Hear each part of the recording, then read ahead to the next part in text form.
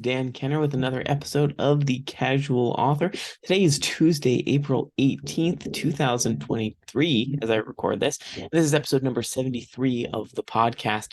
Today we're talking to Alex Freeman about writing books that do well with audiobooks, as well as recording audiobooks as an audiobook producer. So it's a really great conversation. We talk a lot about books that make good audiobooks, things that authors can do now to prep their books for audiobook recording, and possibly, what it might be like to record it yourself, and a little bit about the process of hiring an audiobook producer. So it's a really great conversation. It's something that's important to me as an author because I've been wanting to record my audiobooks and or get them recorded. I just haven't had the chance to do that quite yet. So stick around for that if you want to learn more about audiobook production for books. In terms of updates for me on the Kenner Homestead, as well as in my author business, let's start with the homestead. Most things are relatively stable. This last Saturday was particularly interesting because it is warmed up just enough for us to scoop all of that wonderful goat muck is the best way to describe it, and muck it was. The thing about our goat pen is it's relatively big area, but particularly our goats are a little bit picky. They don't love to venture out in the snow, so they're domesticated-ish, so to speak. So whenever it snows a lot, I try to shovel out a little bit of an area for them, but if I don't shovel out the whole pen, which I don't because it's too much, then it's just covered in snow, and they don't like to trudge through it. They create their little paths in the snow, which is funny. So you can see little dirty trails all winter long. They pick their trails and they just stick to them throughout the winter. What that means is that the traffic is over a very small area, and so therefore their waste is concentrated to that area. And there's little we can do over the winter. Obviously they got to do what they got to do. And it's so cold that everything just freezes. So layer upon layer of frozen stuff, their waste is the best way to describe it, just piles up and it gets compressed down. And then on top of that, the hay falls out of their feeder, mixes with it, and creates this kind of like cement. It gets pretty hard in there. And so you have a very short period of time when it starts to thaw, the snow melts and it gets it all saturated and you have to scoop it all out. If you don't do it in time, then it solidifies into the cement. Like I said, that hay mixed with their poop makes it really horrible. So that's what we did on Saturday. We shoveled that out, and it's not the most fun thing to do in the world. The great thing about it, though, is I got to listen to audiobooks, and I did end up finishing an audiobook and starting another. So now that I'm invested in Kobo Plus, I don't feel like I have to restrict my ability to listen to audiobooks. I was using Audible before, switched over to Kobo Plus, mainly for the cost. And from a support perspective, I wasn't in Kindle Unlimited, but Kobo Plus gives you both audiobooks and ebooks, which I'm very grateful for. Now I feel like I can read more, and I have been using Kobo Plus. On that note, my books are in Kobo Plus. So if you're looking for a raise, if you subscribe to Kobo Plus, you can find all of my books, and they will always be in Kobo Plus. As soon as I get the audiobooks, whether they are AI narrated or human narrated, I will be putting them in Kobo Plus as well. Still working on that, figuring it all out. Talk a little bit about that today in the interview, but that was an unnecessary segue into the author stuff. Other than that, I don't think there's many other updates from Homestead. Emma the cat, I've decided to keep that little kitten that went viral last week. The video on TikTok ended up nearing 10 million views, which is insane. It's crazy. She's very adorable, I'll give you that much. But when I made that video, I didn't think much of it. It was just a small TikTok video about, hey, there's this extra kitten, she's lost, and I don't know what to do with her because her mom and the other kittens disappeared. Anyway, I ultimately found them. But yeah, that video decided to go viral on TikTok. Now, the interesting thing about social media, take this as a lesson. If you're an author considering going into social media and trying to get all of your sales from there, some authors maybe find some success, but I think there's a lot of authors that do not. This isn't to deter you from being on social media, just the reality of it. This video about the cat reached about 9.7 million views, and I think I sold 28 books. And about 10 of those were prior to the viral video. I did have about 12 people sign up for my email list, right? So that's just by the numbers. Now, keep in mind, this viral video on TikTok was not about my books. It was an advertisement. Obviously, the numbers would be different if it was a viral video about my books. But, it's not all about going viral. It's not about getting lots of views. There's a lot more to it. So I tried to follow that up with some additional book-related videos. Some got a fair amount of views, a lot of saves, but it didn't convert to a lot of sales. So once again, not to discourage you, just something to keep in mind. If you're on social media, doing everything you can, your darndest to get viral videos, just know that that doesn't necessarily convert. So if you may need to look into something that's a little bit more reliable in terms of sales when you're trying to get your books out there. So just an interesting thing, trying to be transparent about that. In any case, trying to figure out what to do with the strategy of TikTok is interesting. Now that you've had a viral video, it's kind of feels weird to get back to normal content because now you have all these followers that might be expecting something different. I'm trying not to change that perspective and just do what I was doing before. And if people don't like it, then they don't have to follow me. I think that's the right approach to take. Now, in terms of authoring, I was able to, I think we're about 3 chapters into the second book of the Cyber City Kids trilogy.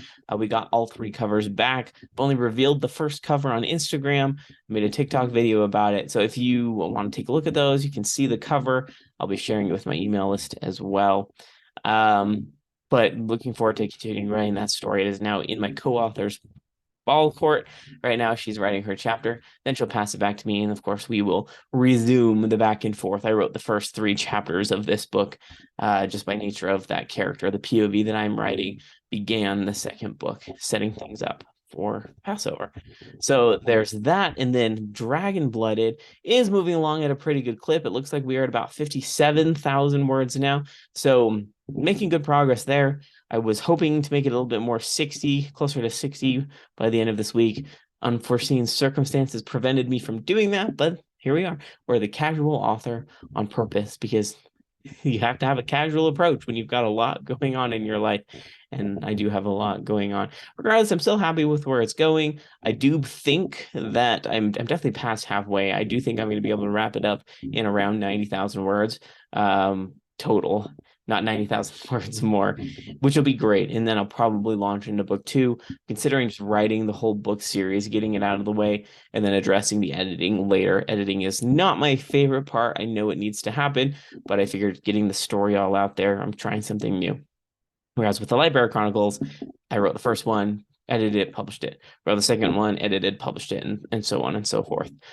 There's advantages to that, and there's also some disadvantages. I think for me, the cohesivity of the story among all of the consecutive books does get a tad bit muddy or more challenging when your other books are set in stone. So I'm going to try and not deal with that and write all 6 books. That does mean that it's likely that I won't be publishing anything novel-wise this year, but by the end of this year or whenever I finish the 6 books, I'll have potentially 7 books, including The Etcher's Plight, to put into the publication funnel. So it's just kind of get some of that writing up front, that creativity, get all of those words out on the page so that I can be ready to maybe rapid release publish next year. We'll see how that goes. So I believe that's everything for the updates for this podcast. So we'll go ahead and shift over to the interview portion.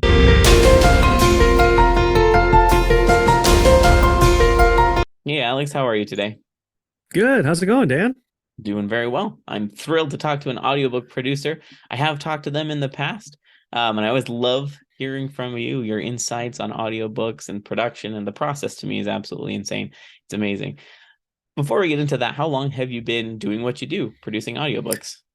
Yeah, I've been doing audiobooks since probably 8 years ago at this point. I think right around there. I've started in the ACX universe 8 years ago with a really terrible microphone and not knowing at all what I'm doing, and have continued to graduate. Still produce books through ACX all the time, but yeah, eight years of audiobook production, well over 100 at this point. So you know your stuff. Let's just say that you're at least enough to be dangerous. In the good way. Do you also write books? Are you an author as well, or do you have any other ventures on the side like audiobooks that you pursue? Yeah, so I have definitely I've participated and accomplished National Novel Writing Month on multiple occasions. I am more prolific in the world of theater as a playwright and adapter. Okay. I've had a couple of adaptations take the stage in various spots around the United States. But yeah, definitely like a sort of a lifelong creative. My both of my degrees are in theater. I'm a stage director as well. So all kinds of all kinds of creative outlets going on. That's really cool. So how did you get into this? What made you decide to start producing audiobooks as a career? Yeah, so I love reading. That was kind of step one. And I had bought a not great shotgun mic when I was in grad school for directing for like acting self tapes, and then just kind of like thinking about, okay, I have this piece of equipment. What else can I do to kind of use it and maybe monetize it? And so I hopped on ACX and was like, let's give one a try. Let's give it a whirl and see how it goes. And ended up doing my first book, kind of a short novella, and said, oh, this is an absolute blast. This kind of touches everything that I love about all of my other creative endeavors. And who doesn't love getting paid to read? There are awesome, way worse ways to get paid ultimately there. So that kind of just like sparked it. And then even I as I went through, there's some books that are better than other books, and some books that are more fun to do than other books. And I found even the books that were less well written and less exciting for me to do, I was still having a great time. So that kind of was the final nudge to dive all the way in. I'll go ahead and say kudos to you because I have a low tolerance for boring books. It's just, I mean, I recognize that about myself. I know that I usually tell people I don't consider it a DNF, which stands for do not finish. Those of you who are listening who might not know acronyms, I don't really consider it a DNF if I don't even get into it. I will read the Yeah. first 2 or 3 chapters, and if it's just not caught me, I just won't read it. And that's not a DNF for me. That's just it's not my thing. Um, but I'm impressed. I always laud audiobook producers when they say, I read this book and it was horrible. It was boring, but you Yeah. couldn't even tell, right? And that's your job to read it in a theatrical and a really clear way without people knowing that you're bored. So you Yeah, I will deserve say all that the has points. like over the last 8 years, my own like personal reading tolerance. If a book does not grab me really quickly, then it is very quickly in the DNF Okay, pile. sure. Well, I mean, that makes sense. So personal versus professional, I can see how those Yeah. things should not be the same. Um, but so I'm curious to know from your standpoint, knowing what you've done, reading as many books as you have, I just want to talk a little bit about the process. First off, Mhm. for people who are listening who may look into potentially recording it themselves for cost reasons or whatever, or maybe they are hoping to work with an audiobook producer. So for you, what preparations can someone who is writing a book make to ensure that they have a smooth experience with the recording process? Yeah, I think especially in the world of books, there's definitely forms of writing that are intended to be read out loud always from the beginning, like poetry, plays, those types of things. But like novels, if you're writing a novel, you're not really intending that necessarily to be read aloud from the beginning. But uh, step one, I think, from the revision process, start to read some of the sentences out loud. Mm, And I'm not saying you have to destroy your beautiful prose to make something easier to say out loud, but certainly if like even just like, so if you got a character named Harris, the phrase Harris said is going to be not easy to get into a microphone cleanly. And so just a thing to consider in that spot, if there's ways around stuff like that, that doesn't ruin the artistic integrity of the piece. A thing to consider. Those hard sibilances. That's kind of like number one for mhm. me. Is think through that, especially if you're going to be a first time narrator, if you're going to do it yourself, and you haven't done it, those are the spots where you're going to get really, really tripped up. Um, the other thing I would say is as you go through the book, like thinking through stuff that doesn't feel like a big plot twist, and probably isn't a big plot twist, but like I love reading books where we like learn a little bit more about every character kind of as the book unfolds. And even just creating, man, I wish everybody did this, and I wish I did this more myself when prepping to do a book.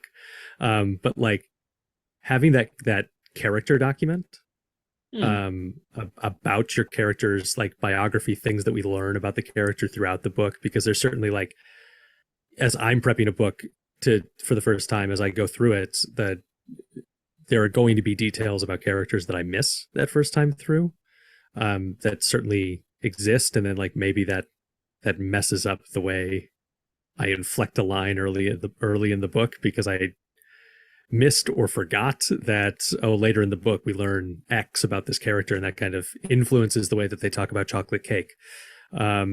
It's a very specific example, and now I'm curious to know what book you're.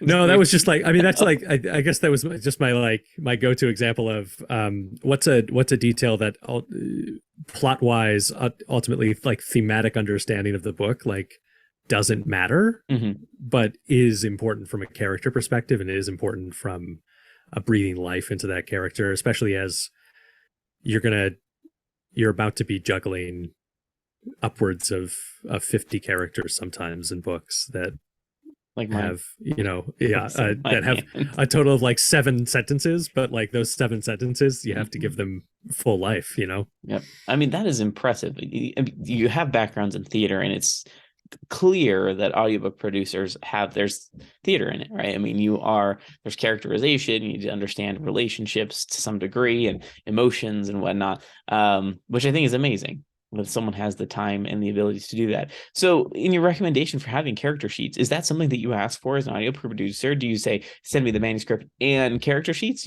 Or do people just not provide that? I mean, what do you do with someone who's working with you? What do you ask them for before you start a project? Yeah, it usually has always come about in like my first question is, for any author that I'm about to work with, is tell me about these characters, and like what is really important about them to you. Sure. And sometimes that has taken the form of them sending me character sheets. I'm actually, like, as I was talking about it, realizing that I've never explicitly asked for them, even though I know that many authors use some form of them, and so certainly they exist in their files, and I've never just explicitly asked for them in the past, and new practice. Great. I learned something coming on this podcast. That's great. I'm not suggesting that you do that, but I mean, if that would be helpful, I could see, because I am just giving this information about myself. I'm a pantser. All of my listeners know this. I don't plan anything. That's just not how my brain operates.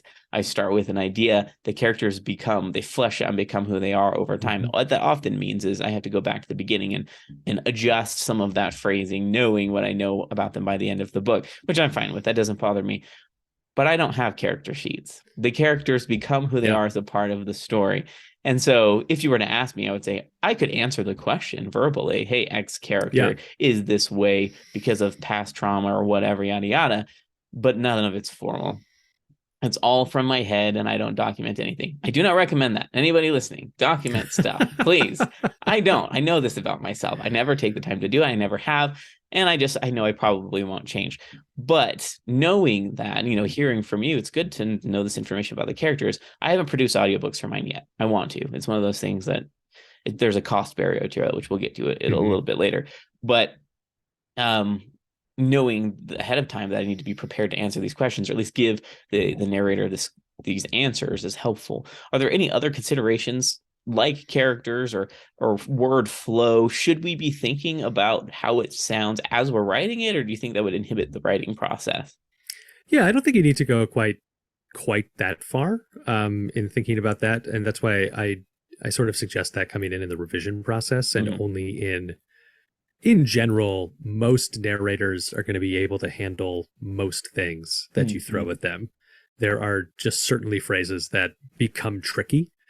And if there's in the world where the way this particular sentence flows doesn't matter, like to you as an artist, then like ideally, I think all of us in the audiobook community would love would love you to make the choice that flows out of a mouth easier. Mm-hmm. Um, and especially like the act of reading something versus the act of hearing something and attempting to comprehend it. Those are two different activities for the brain. And so it's also entirely possible that like a sentence um, processes really easily on the page, but then when you like hear it out loud, the meaning and intention behind the sentence becomes something different, or something just like it hits the ear a little strange, as opposed to on the page you don't necessarily see that.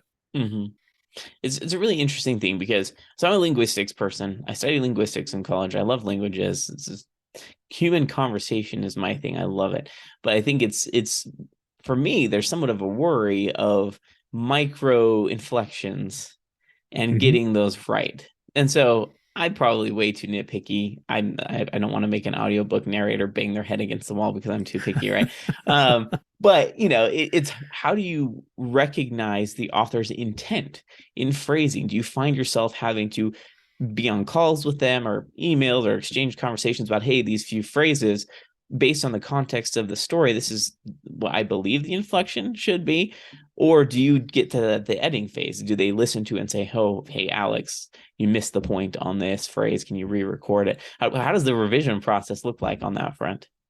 Yeah, so my kind of favorite way to work is so the way ACX lays out the process is that you do the first 15 minutes of the book. They respond to the first 15 minutes, and then it's like go do the rest of the book, and then they'll respond. And I don't like that, because I like to uh, work kind of asynchronously, but together throughout the process, so that like I will go into the studio for my day, which is usually equates, I can usually do anywhere between like up around 30 pages a day on any Mm-hmm. book. Just that's about what I can produce, what my voice can sustainably do.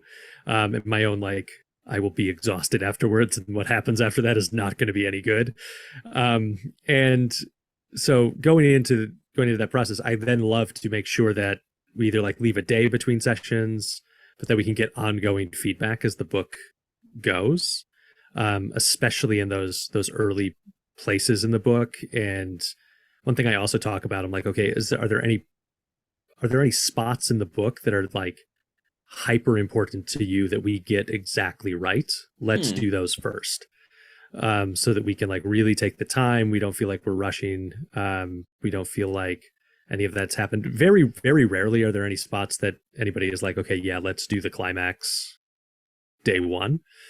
And they want to, similar to the writing process, right? You want to like feel it develop Mm-hmm. into that moment, and kind of let it naturally occur as it goes. But that's a lot easier to do if we've been kind of working side by side as it unfolds, and so that we catch those little moments early that is like, oh, that doesn't sound quite right to me. The micro inflection isn't quite right here. Here's what I think is happening in the scene. And in those moments, like my typical request is like, let me take a crack at it, and let that be I, also a reflection of like what is like actually on the page versus like what's maybe like 90% of the way on the page and like 10% in the author's head. Mm-hmm. And okay, then great. How do we get my performance the rest of that 10% of the way there for you? Like, then now let's talk about this moment now that we've both arrived at it. It's like a test for the author to see how well they wrote the book. No, I'm just kidding. I I mean, mean, like, perhaps in part. yeah. So if you haven't properly put in the emotions, or at least what you intend, if 30% of it is actually on the page and 70% is in your head, then no matter who's reading it, it's going to be a problem. Right, you're going to run into a lot of back and forth with the narrator, and that I not to there are certainly like people that are really bullheaded that work as audiobook narrators. So there are certainly some that have opinions that are different from what is on the page, but I do think that it can be very useful to be doing the audiobook kind of so that the audiobook drops at the same time as the main book, so that there's a little bit of the revision process still left while the audiobook's Mhm. there, because you may uncover, similar to working with an editor, you're going to uncover some sections of the book that are maybe a little less clear than ideally they would be. Yes, I mean, I'm sure things still make it through, but the audio process does help catch those. I'm one of those people that I do read through the book out loud as part of one of the editing processes. The thing is, my auditory error detection apparently isn't as toned as my visual, so I still miss some things. It's a little bit hilarious, some of the things I miss, even though I read it through. I think there's like a correction process. The brain auto corrects some things when I'm Mm-hmm. reading it. Still, it helps. I will always say read it out loud. But it's interesting to hear that process. And obviously, it's different per author, different per book, but it is possible to get it where you need it to be in terms of creating the audiobook. Whoever you select as your producer, it's going to work out. They know what they're doing, like you know what you're doing. So trust that you know the process. For anybody who's hoping to record the books themselves, do you have any advice for them in terms of practices or preparation for recording it themselves? Not from like a tech standpoint. I think Mm-hmm. we can talk about that a little bit later, but in terms of the book itself and mindset before they record the book. Yeah, so if you're gonna record your own work as the author, I think the first thing that you need to do, and I this comes more from my experiences, like being an actor in plays that I've written, Sure. is you have to do the best you can to divorce yourself from being the author of the work, Okay. and start to approach it as a performer might. And part of that is just because, one, I think many people are their own worst critics, and so just like getting past that block itself and like trusting the fact that, oh no, this is good. What I have written is good. It is important for it to get out there. I've it's gone through the editing processes, like it has gone through all of those things, and now it is my turn to approach it as a different type of artist. And then rediscovering the book. And one of the biggest challenges of recording audiobooks is when there are things that the audience doesn't know yet that you know, and kind of walking that line of how do we make sure we're setting them up for something, that they don't get blindsided by it, that I'm making the correct choices here so that it sets up that thing that's coming later. But remembering to not inflect with the full knowledge of the future of these characters if they themselves don't possess that knowledge is difficult for even just a narrator who did not author the book, but then add in the deeper knowledge that the author of the book has. That would be an even bigger challenge. I mean, that's an interesting point. So on that front, I'm guessing you probably don't pre-read the entire book before you record it.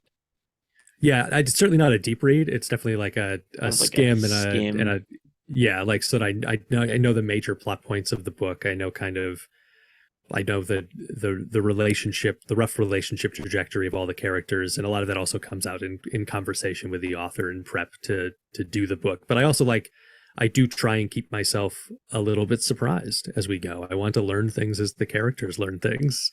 No, I mean, but I'm laughing because that's me. I'm the same way. So yeah, like, and so it for me, I want it to feel like as somebody is listening to my performance of a book, that we're going through the book the first time together. Here we go.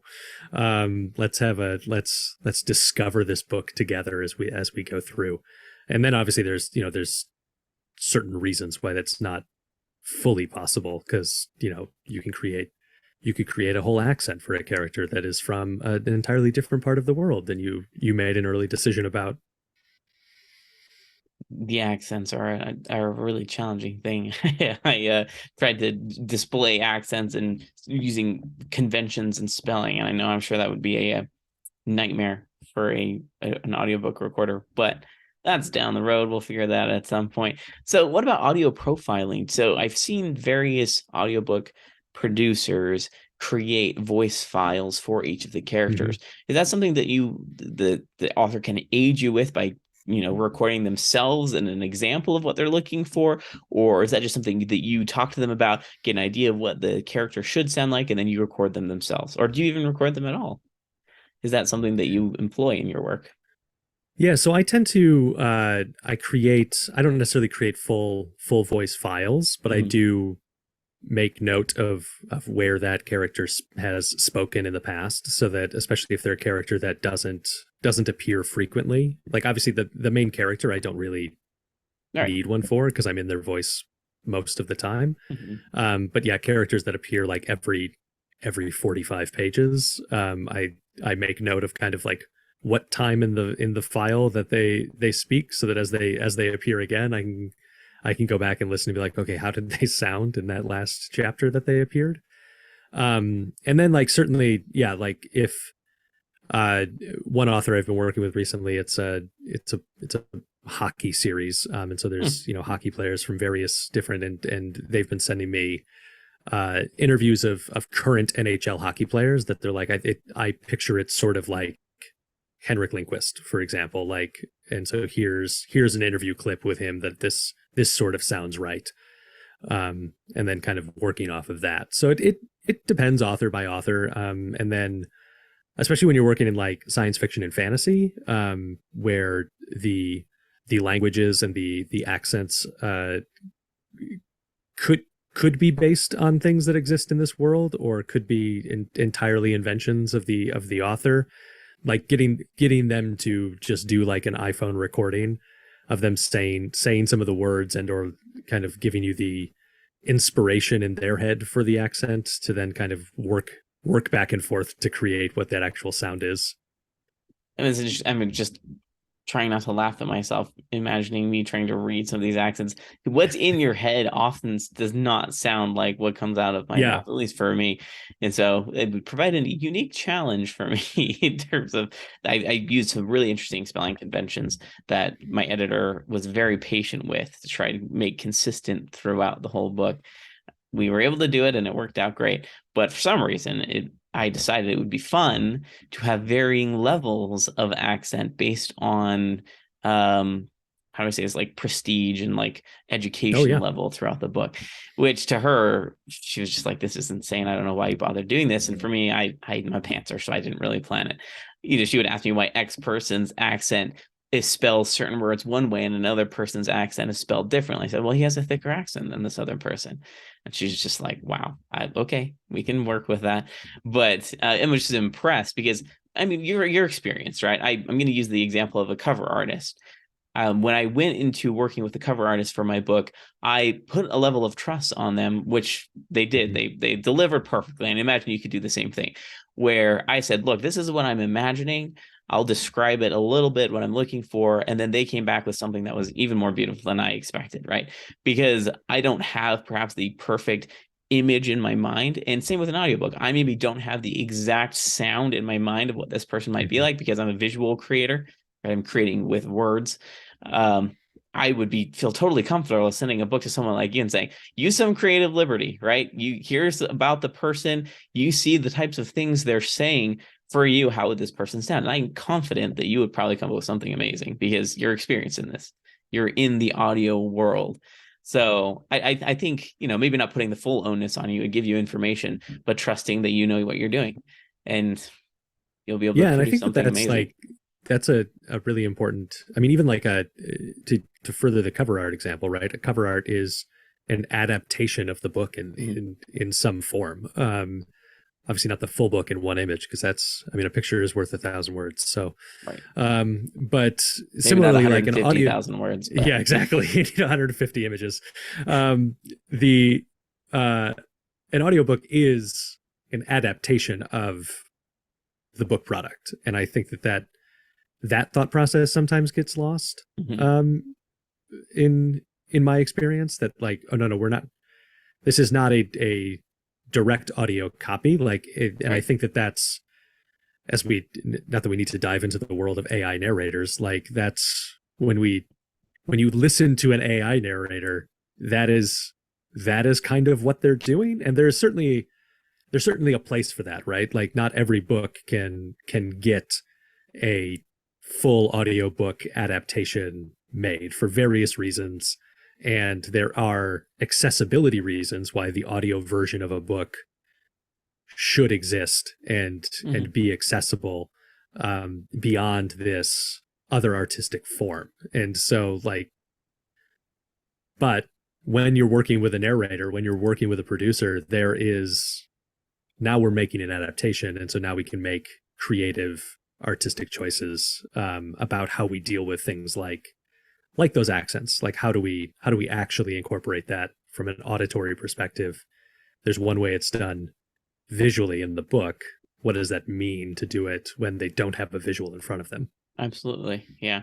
And it's a really good point that you mentioned there, because I think it's hard for some authors to let go of certain things, but in some areas you just need to do that. And I realized that relatively quickly, particularly with the the artwork, and I was fine with it, right? Because I knew what the the artist would come back with would be what was perfect for the book. And because I let go of some of that control, a lot of the nitpicky things, it turned out beautiful. If you want to be nitpicky, cool. Yeah. Be you do you, right? I'm not telling you to be a certain way, but I think it's important to recognize that different artists with different expertise should be trusted. And we're just highlighting what you said about the adaptation and realizing that it doesn't have to be an exact copy. It doesn't have to be what's in your head, because keep in mind, your listeners aren't in your head. They don't know. They have nothing to compare it to. So they're going to just enjoy it as it is, what it is. So something to keep in mind. So this is gonna be a little bit of a funny question, probably something you've never answered before, but how do you get over the kind of base embarrassment of pretending to be other? Not like, I was a theater kid in high school, so for me, I recognize there's that barrier between like real life and acting, and that embarrassment wall, which most people hit and don't know how to handle. So for you, how do you account for sounding funny, in terms of like social standards when you record? How do you get over that barrier of embarrassment? Yeah, it's interesting because I don't Maybe you didn't I hit don't it. know that I don't know that I like have hit it too often. There's certainly like there's definitely lots of like trashed recordings of me where I am actively like belly laughing at myself because I was in the middle of making something and I like made this like super strange choice, and I'm like it cracks me up, and I'm like, well, this is actually terrible. Nobody gets to hear this except for me. But yeah, I mean, I think that's the inner confidence of that. It's certainly helped by like the difference between being on stage and here's this big crowd of people versus here I am alone in the room, just like talking into this microphone, and then I'll send it off to somebody else. And so there's like a little bit of a layer of anonymity that exists in that. Sure. And so that certainly helps. In theater, we often talk about like the freedom of, like, we call it doing mask work, where you can like literally put a full mask over your face, and there's so much freedom in that. And we also see that obviously all over the internet, for better or most likely for worse in the case of the internet. But there's a freedom in just like being the voice behind the microphone as opposed to being out there in the world and doing it. Yeah, and I think that's a really good point to make, because I've talked to some various authors who have recorded their own audiobooks, and they said it took them way longer than it should have, not for timing reasons, but because they felt like they had to re-record tons of things because they just felt ridiculous. I haven't run into that, but it's interesting to hear your point about the mask, because no one's going to see you. There's definitely a very clear mask when it comes to producing the audiobook versus people listening to it. Lots of steps, lots of and I would say like work. For the authors doing the recording, like your name is always the primary thing associated with that title. I'm in the community. I can name very few audiobook narrators for you, but I can certainly name the author of the book that I enjoyed the recording of. Yeah, and so I think that adds another layer to it. Certainly, a ghost whisperer, right? Yeah. like ghost writers. You're a ghost producer. But no, I mean that's a good point to make for anybody who might be uncomfortable with that. And I think it's just getting in our own heads. Once you get past that, it's not that hard to be the characters, get into it and Mhm. really enjoy the experience, get past that embarrassing. So anyways, I didn't want to beat that horse. I was just curious to hear your insight on that. And it was very, very helpful. So in terms of, we talked a little bit about preparation for the work, but you did highlight, what books make great audiobooks. So I'd love to talk a little bit about elements of books that make good audiobooks. Is there anything that comes to mind for you? Yeah, I think one of the things that I think works really well is stuff that is I think first person narrative books are really, really great as audiobooks. I think that there's something about them that it feels really like intimate and cool and fun to like Yeah. listen to books like that. Similarly, like dual point of view books are also Mm-hmm. really interesting, especially when you incorporate two narrators into that. Becomes a really cool, interesting Mm-hmm. listening experience. But that all that to say, like having an omniscient narrator is also like a great way to listen to a book. So I think that it it more comes down to like how how heavy is the prose in the book, Mm-hmm. like how dense of a book is it, how hard are the ideas to like listen to, because it is for many people more difficult to grasp a concept if they've only heard it told to them one time. Mm-hmm. And so in books with simpler plots make really good audiobooks, because there is when you kind of like do surveys of people, like what are you doing while you listen to audiobooks? Okay, listen, I'm driving a car, I'm on the subway, I'm Dishes. running, I'm working out, I'm doing the dishes, I'm doing chores. Like my brain is not, unlike when I sit down to read, Mm-hmm. my brain is not 100% engaged in this content. And so we either then need to like have information come back in multiple ways, or it sort of needs to be, not needs to be, should be a plot that um if I miss a couple pages, I'm going to be able to kind of like piece myself back together Mm-hmm. in it, because I may not have realized that I missed a couple pages, and so I don't know to go back 2 minutes. Yeah. I mean, that's the logistics behind the recording process is one thing. That's another barrier. I've thought about recording my own books, but haven't gone there yet. I don't know. I'm just kind of on the fence. I actually ironically bought this microphone that I'm using right now with the intent to record audiobooks, and it became a podcast microphone, which I'm fine with. That's Totally out great. of the blue. But I'm curious to know from your standpoint, preference doesn't, I mean, it does come into play, but at the end of the day, your work is your work. Have you found yourself preferring to record certain types of, like you mentioned, first person books? Mm-hmm. So maybe you enjoy those more. Is it challenging then to record something like multi POV when you are the only one recording it for that multi POV book? Yeah, it's definitely a different kind of challenge. I guess I don't know that I have.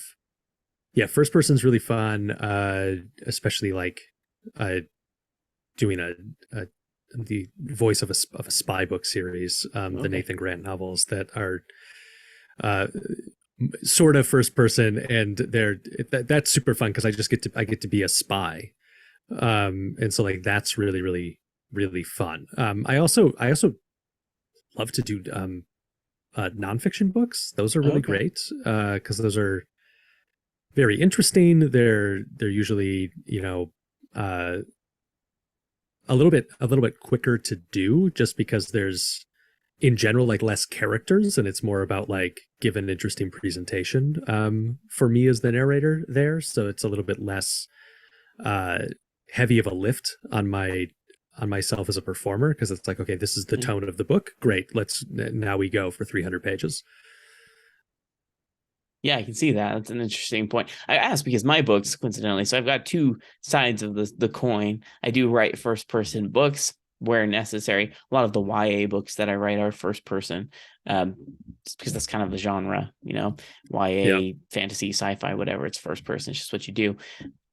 Then my epic fantasy obviously is not from first person. It is multi POV. There are 3 main point of views for the entire trilogy, and then with some additional ones sprinkled in where my pantsing brain decided was necessary. Yeah. So that's just how those books turned out. I've written another epic fantasy book. They're often longer, usually around 150 to 190K words. Those triple POV books are pretty hefty. So, for Yeah. someone who's looking to record books like that, would you recommend getting different recorders, or excuse me, different producers per POV? I mean, that comes across better perhaps for the audience, or does it really matter? Is there a big difference from having one person versus multiple people read it? Yeah, I've done a couple of like big fantasy epics that have multiple point of views and or just like cast of hundreds kind of situation. And I think that there's advantages and disadvantages to both. One, just like from a project management perspective, it's certainly easier with one producer that you're working with, and now perhaps you can find a producer that has a team of people that they work with, that you can get multiple voices into that project, and kind of really go. I tend to think that the more complex the book, the more cinematic I would recommend the audiobook product to ultimately be. I think that it just makes it a sort of easier listening experience for the audience, in terms of like tracking what's going on and kind of understanding the world that they've entered into. But I don't think that that's a real barrier. I think that there are great examples of single narrator epics. I mean, I can that think of exist out plenty. there. Yeah, for sure. Yeah. I mean, I don't listen to tons of audiobooks. I haven't until recently. Not because I don't like them, just I don't know, my life was a little bit different then. Now I've got a lot more adulting responsibilities. Audiobooks are more prevalent now. But yeah, I can think of specifically, I can't even recall his name. You would be able to tell me right off the bat what his name is. The man who does most of Brandon Sanderson's books.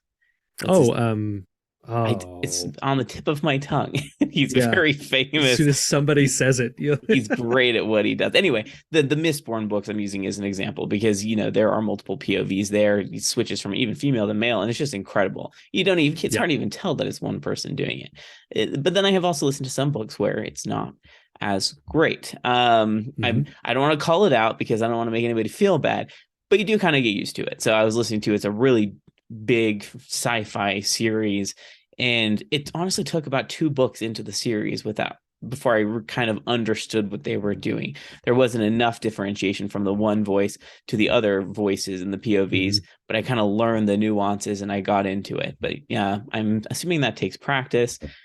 So I think don't worry too much about it. Just see what makes sense for you financially and logistically and whatnot, Yeah. and you'll be able to make it work. But it is interesting to hear your insight, kind of what you've done and pros and cons to both. There's always going to be lists on both Yeah. sides of the stream. And to your world of books, like YA books are fantastic choices for Yes. audiobooks, just because it's a slightly simpler plot. Mm-hmm.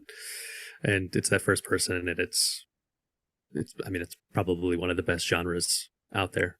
The writing experience is actually quite different. I can attest this as well. This is about audio, this podcast, but I can say for sure the writing of some of my epic fantasy books is quite heavier and harder to get into, as opposed Mm-hmm. to I'm writing a 6-book series now, which is YA in first person, and the story just flows so easy. It's not even hard to just dive into a writing session and write 3,000 words, very quickly, because it just, you feel like you are that person and you're into it.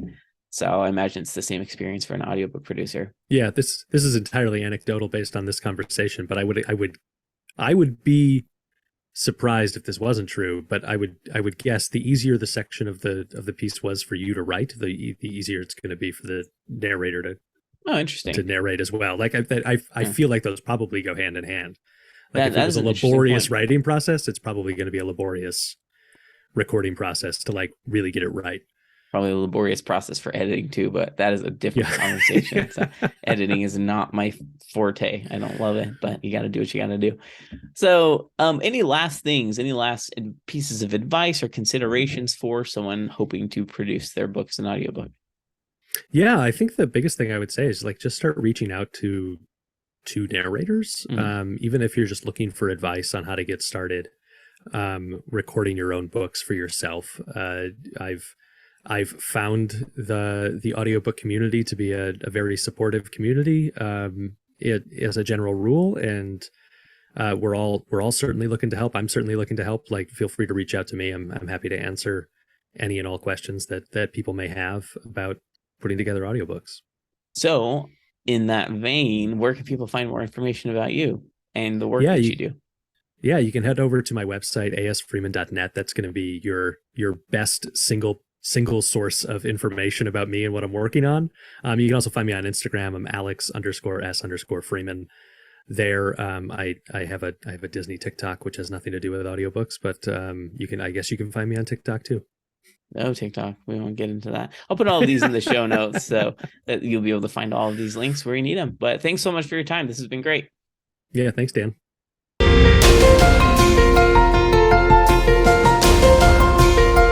I hope you found that interesting and helpful. Those of you that are hoping to hire an audiobook producer for your books, or maybe someone who is looking to just do it themselves. Alex had some amazing insight for making sure your book is ready for that and doing some pre-preparation steps for that. I definitely found a lot of value in that conversation. So next week, we will be talking to Lisa Baker about inspiration for writing children's books. She has a lot of experience with travels. Recently, she and her husband made the decision to sell everything and travel the world, which is what they've been doing for the past 6 months. So I think you'll really enjoy that conversation. That'll be on next week. Of course, if you are an author, if you're an audiobook producer, if you are an artist, or you have friends that are any of these things that are looking for some FaceTime, looking to join conversation about, how they're working with their craft, if they want to join me for a podcast episode, just send them to dankenner.com/podcast. Or of course, you can refer them to me directly via email. I would love to have them on the podcast. Thank you so much, and I look forward to talking to you next week.